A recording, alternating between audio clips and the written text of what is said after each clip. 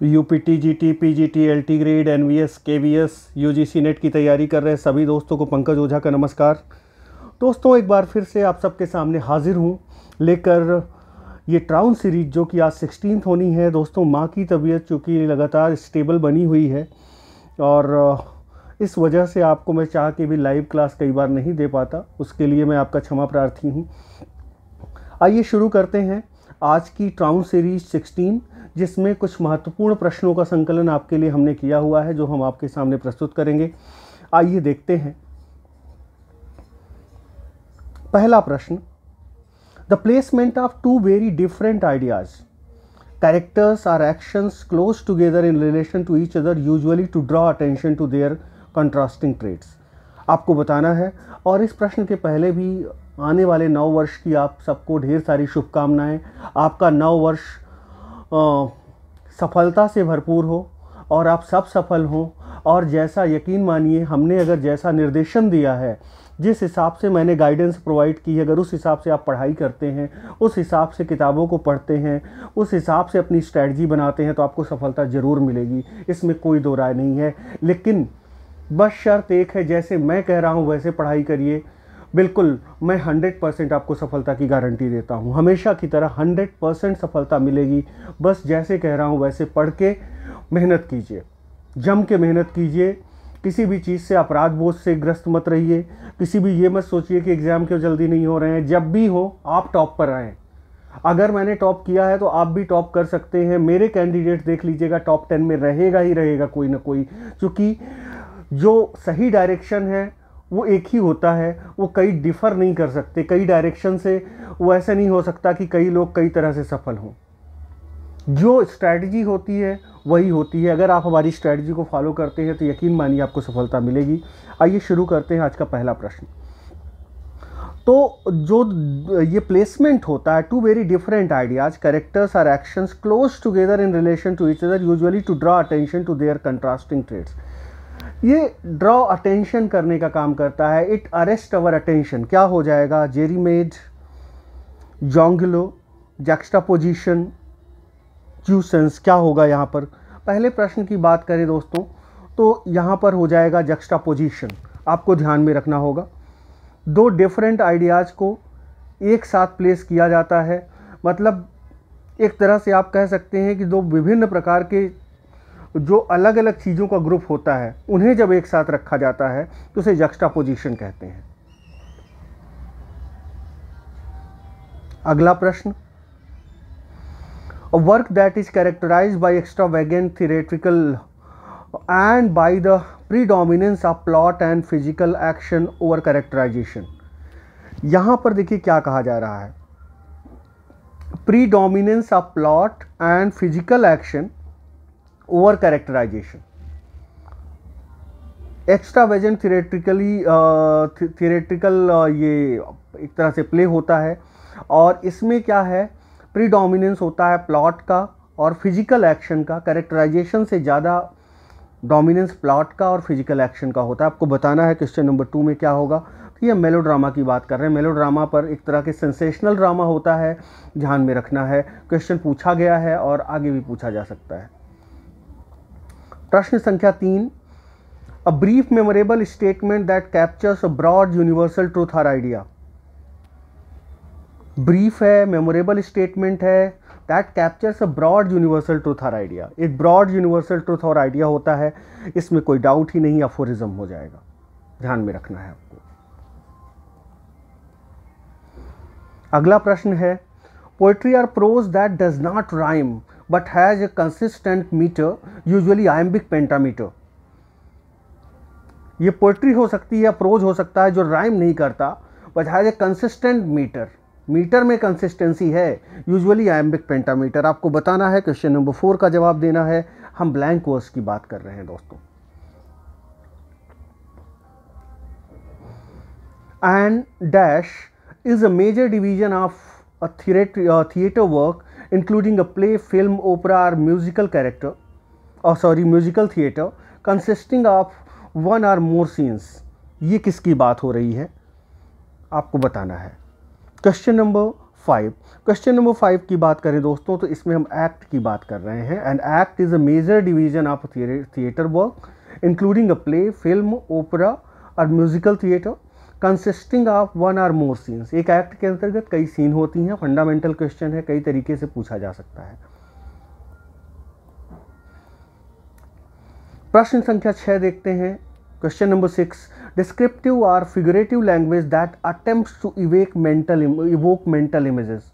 It attempts to evoke mental images by appealing to the readers senses of sight, sound, smell, texture और taste. हमने question पूछा है इसके पहले भी, लेकिन दूसरी तरह से पूछा है। यहाँ आपको बताना है क्वेश्चन नंबर 6 की अगर हम बात करें, हम इमेजरी की बात कर रहे हैं। और यकीन रखिए दोस्तों, जो मैं मॉक ड्रिल्स में पढ़ा चुका हूँ, जो यहाँ पर ट्राउन सीरीज में पढ़ा रहा हूँ, इनमें से ही क्वेश्चन आएंगे। आप बस मन लगा के पढ़ने की ज़रूरत है। और अपार्ट फ्रॉम दैट जो बुक्स मैंने रेकमेंड की हैं, उन बुक्स में हर एक बुक्स के 10-20 पेज ही लगभग पढ़ने होते हैं, ज़्यादा नहीं पढ़ने होते। तो आप अगर सही स्ट्रैटेजी बनाएंगे तो आपको सफलता मिलेगी। चाहे ग्रामर की बुक्स हमने रिकमेंड की हो, चाहे हमने लिटरेचर की बुक रिकमेंड की हो। Apart from grammar and literature जो हमने कराया है, ऑलमोस्ट ज़्यादा नहीं है, हमारे 70 लेक्चर्स लिटरेचर के हैं, उनको कर लीजिए। और जो ग्रामर के 24-25 लेक्चर हैं, मॉक ड्रिल्स में ग्रामर लिटरेचर दोनों अच्छे से कवर किया गया, उसको कर लीजिए। या ट्राउन सीरीज कर लीजिए। ट्राउन सीरीज पेड में भी लॉन्च करूँगा जल्द ही। इधर कुछ परिस्थितियां ऐसी असामान्य थी कि मैं चाह के भी नहीं लॉन्च कर पाया।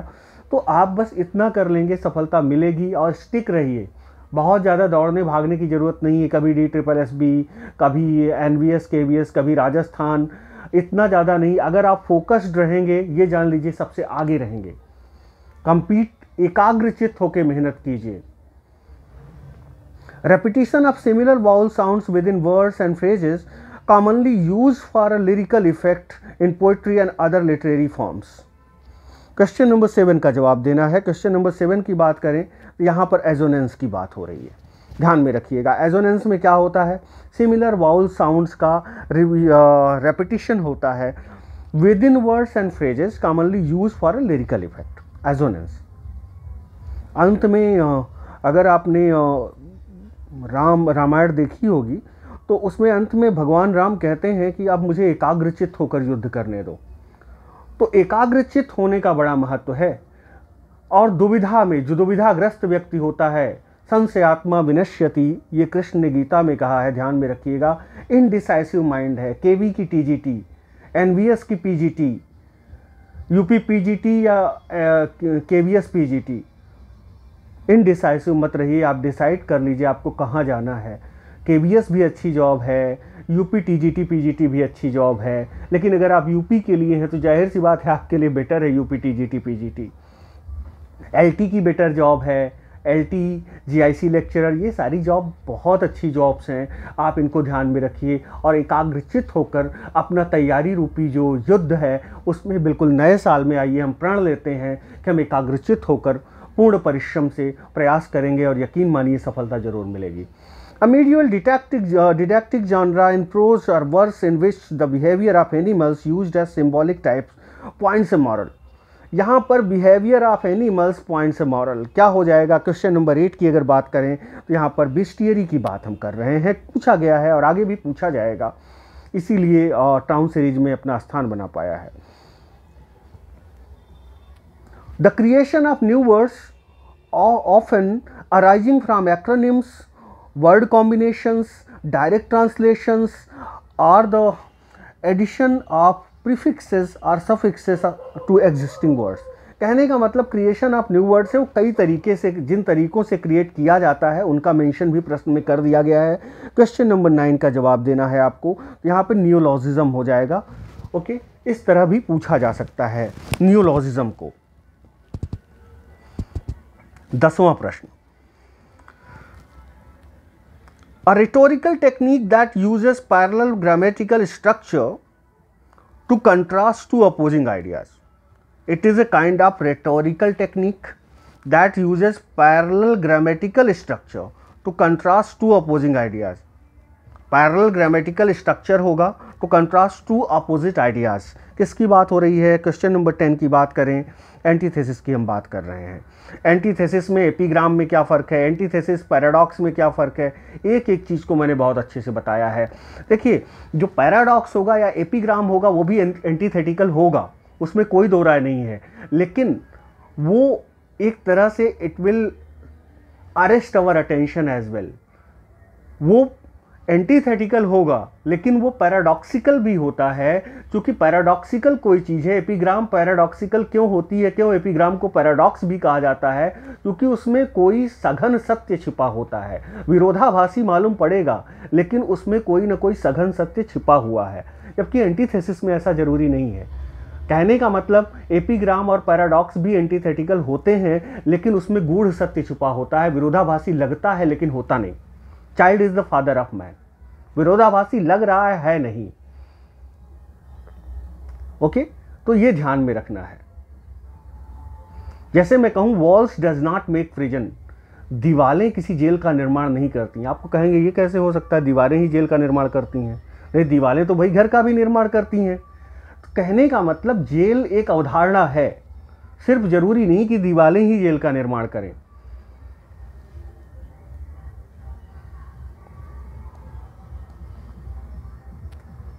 And dash generally consist of short story or poem in which animal talk.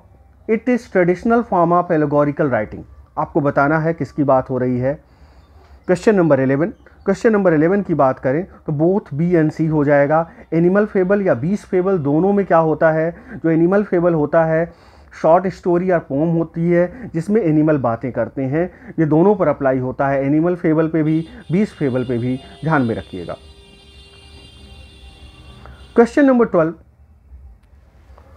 A poetic genre based on dreams and visions that developed during the 17th and 18th centuries in Irish language poetry. Question number 12 का जवाब देना है, तो यहां पर हो जाएगा aisling. ये पोएटिक जॉनरा है based on dreams and visions.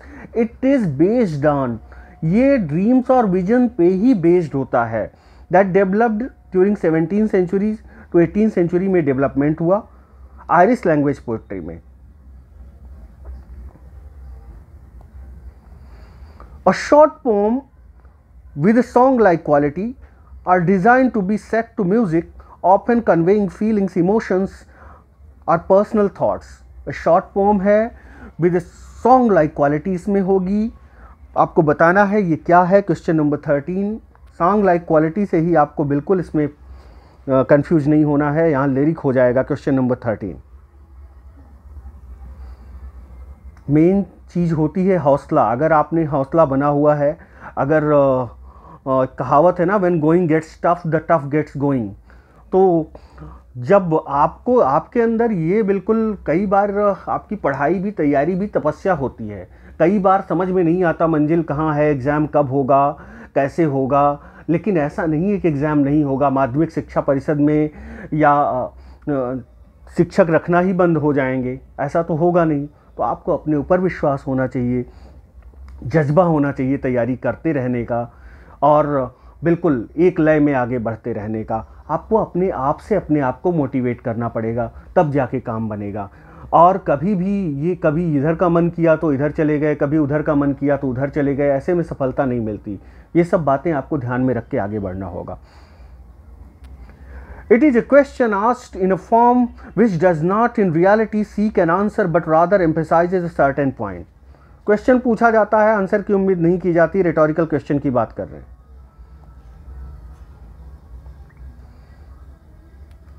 It is the use of casual and informal language in writing which can also include slang. It is the use of casual and informal language in writing. Casual होगी writing, informal होगी, which can also use slang. कई बार slang का भी use होता है। हम कलोक्युलिज्म की बात कर रहे हैं। ओके, कलोक्युलिज्म को जब आप गूगल पे डालेंगे तो आपको खुद ही समझ में आ जाएगा। कलोक्युलिज्म का अर्थ ही होता है बोलचाल की भाषा में जब हम अपनी चीज़ों को व्यक्त करते हैं। It is an indirect polite way of describing something too inappropriate और ऑकवर्ड टू एड्रेस डायरेक्टली। किसी चीज़ को पोलाइटली डिस्क्राइब किया जाता है, क्योंकि डायरेक्टली अगर आप कहेंगे, किसी को कहेंगे वो मर गया तो थोड़ा सा बुरा लगेगा, उनका स्वर्गवास हो गया, अगर आप कहेंगे तो अच्छा लगेगा। ये टेक्निक होती है यूफेमिज्म की।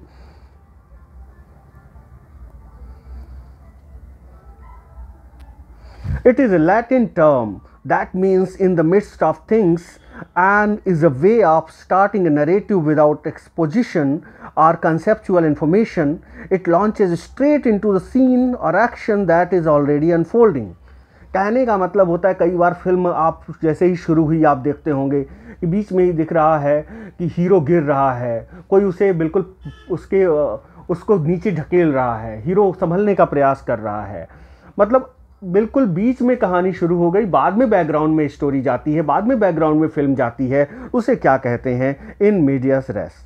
एपिक की शुरुआत ज़्यादातर ऐसे ही होती है, एपिक की विशेषता है, और बहुत सारी मूवीज़ की भी शुरुआत होती है।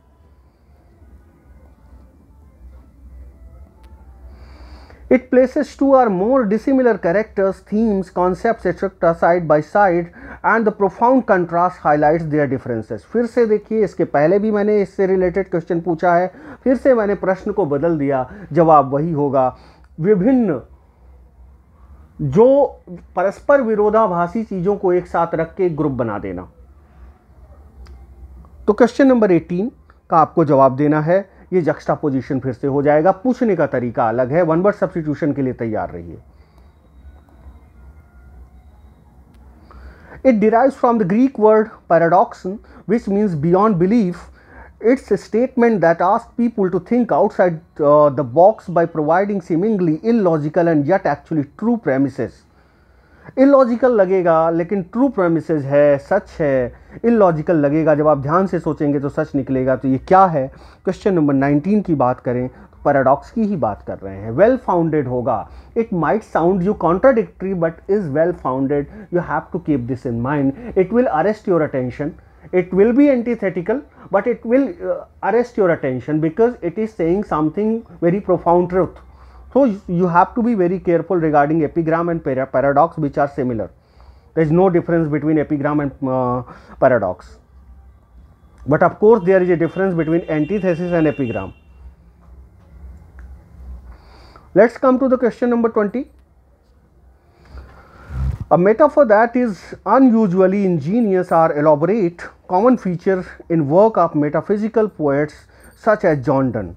A metaphor that is unusually ingenious or elaborate. पहली चीज़ तो elaborate होगा ये metaphor, और common feature in work of metaphysical poets such as John Donne. ये इस तरह का मेटाफर बहुत ही जॉन डन या मेटाफिजिकल पोएट्स में बहुत कॉमन रहा है। हम कंसीट की बात कर रहे हैं, एक तरह से फार फेचेड कंपैरिजन होता है, बहुत दूर की वस्तुओं की तुलना, बहुत ही डिसिमिलर चीज़ों को एक साथ जब कंपैरिजन किया जाता है उसे कंसीट कहते हैं। कंसीट निशानी है, कंसीट हम बोलते हैं तो याद आती है मेटाफिजिकल पोएट्स की, ध्यान में रखिएगा। An interpretative movement in literary theory that reaches its apex in 1970s. It rejects absolute interpretations, stressing ambiguities and contradictions in literature. कहने का मतलब यहाँ पर ये इंटरप्रिटेशंस को, एब्सोल्यूट इंटरप्रिटेशंस को रिजेक्ट करते हैं, इनकी निशानी है। किसी चीज़ की संपूर्ण व्याख्या असंभव है, इनका ये मानना है। स्ट्रेसिंग एम्बिग्विटीज़, ये जवाब देते हैं कि द्व्यार्थकता सत्य है, कोई भी एब्सोल्यूट सत्य नहीं है, किसी चीज़ की परफेक्ट व्याख्या नहीं हो सकती, इनका ये मानना है। एम्बिग्विटीज़ को, द्व्यार्थकता को ये स्वीकार करते हैं, कॉन्ट्राडिक्शन को ये स्वीकार करते हैं कि विरोधाभास भी स्वाभाविक है, कई बार चीज़ों में हो जाए। It grew out of the linguistic principle of D सासरे। क्वेश्चन नंबर 21 का जवाब देना है। 21 की अगर बात करें तो यहाँ पर क्वेश्चन नंबर 21 में हम किसकी बात कर रहे हैं? अगर हम क्वेश्चन नंबर 21 की बात करें तो हम डीकंस्ट्रक्शन की बात कर रहे हैं, ध्यान में रखिएगा।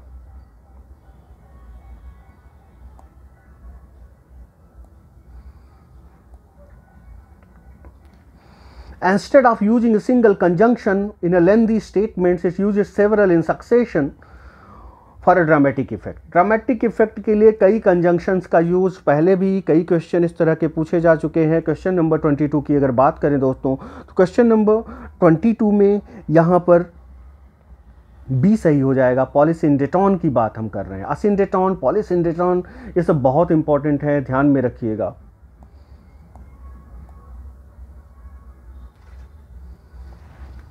It is a literary device that assigning a person, event or a deity with animalistic characteristic. ध्यान से देखिएगा, literary device that assigning a person, event or a deity with animalistic characteristics.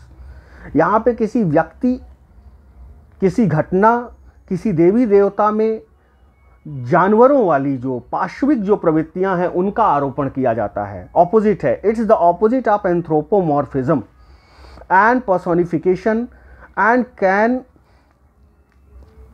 be either a physical manifestation such as God appearing as an animal or a comparison like calling someone a busy bee, जैसे किसी को आप कहें busy bee। तो ये क्या है, किसकी बात हम कर रहे हैं, आपको बताना है, जवाब देना है। क्वेश्चन नंबर 23, क्वेश्चन नंबर 23 की अगर बात करें दोस्तों, तो क्वेश्चन नंबर 23 में ये जूमॉर्फिज्म की हम बात कर रहे हैं। किसकी बात कर रहे हैं? जूमॉर्फिज्म, ध्यान में रखिएगा। ये देख लीजिए, थोड़ा सा मैं जूमॉर्फिज्म को जूम करता हूं। ये देखिए आपकी स्क्रीन पर दिख रहा होगा। तो इसका मतलब होगा attributing animal qualities to various gods and deities. ये होता है जूमॉर्फिज्म का मतलब, ध्यान में रखिएगा। Attributing animal qualities to various gods and deities, ये है जूमॉर्फिज्म। एंथ्रोपोमॉर्फिज्म क्या है? इसका ऑपोजिट, जब मानवीय प्रवृत्तियां हैं उनका आरोपण हम जानवरों पर करते हैं या बाकी चीज़ों पर करते हैं तो एंथ्रोपोमॉर्फिज्म होता है। गिवन ह्यूमन कैरेक्टरिस्टिक और qualities to inanimate objects, animals, plant, situations और गॉड्स, ये हो गया anthropomorphism. I stubbed my toe on that bench, looks painful. देखिए, that bench is evil I tell you. अब देखिए यहाँ पे कैसे बेंच पर, that bench is I tell you evil, kill it with fire. अब बेंच को मारा जा सकता है जान से। तो जहाँ पर मानवीय भावनाओं का या मानवीय प्रवृत्तियों का आरोपण निर्जीव वस्तुओं या अन्य चीज़ों पर किया जाता है, वहाँ एंथ्रोपोमॉर्फिज्म हो जाता है।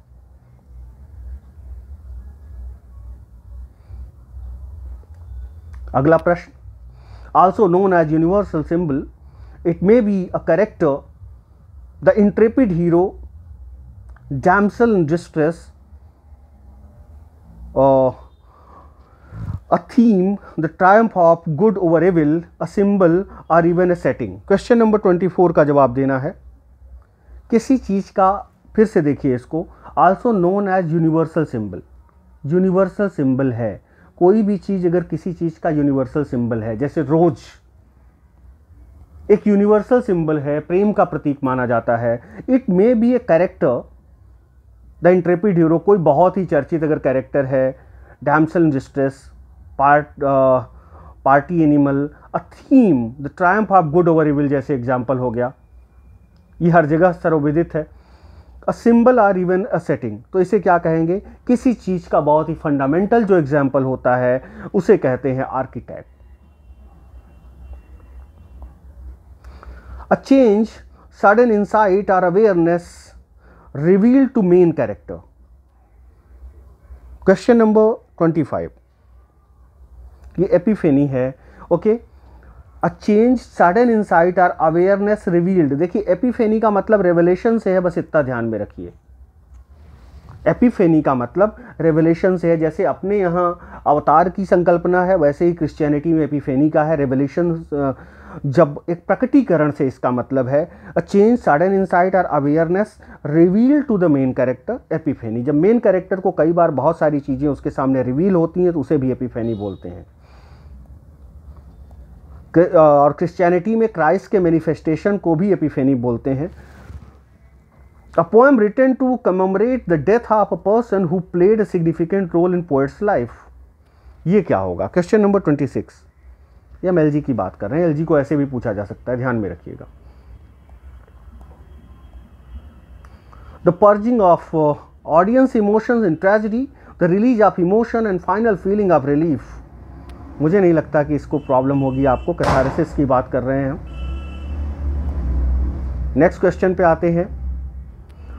Pros text in the form of a story that is primarily a product of human imagination. Prose text in the form of a story that is primarily a product of human imagination, आपको बताना है। Question number 28 का जवाब देना है।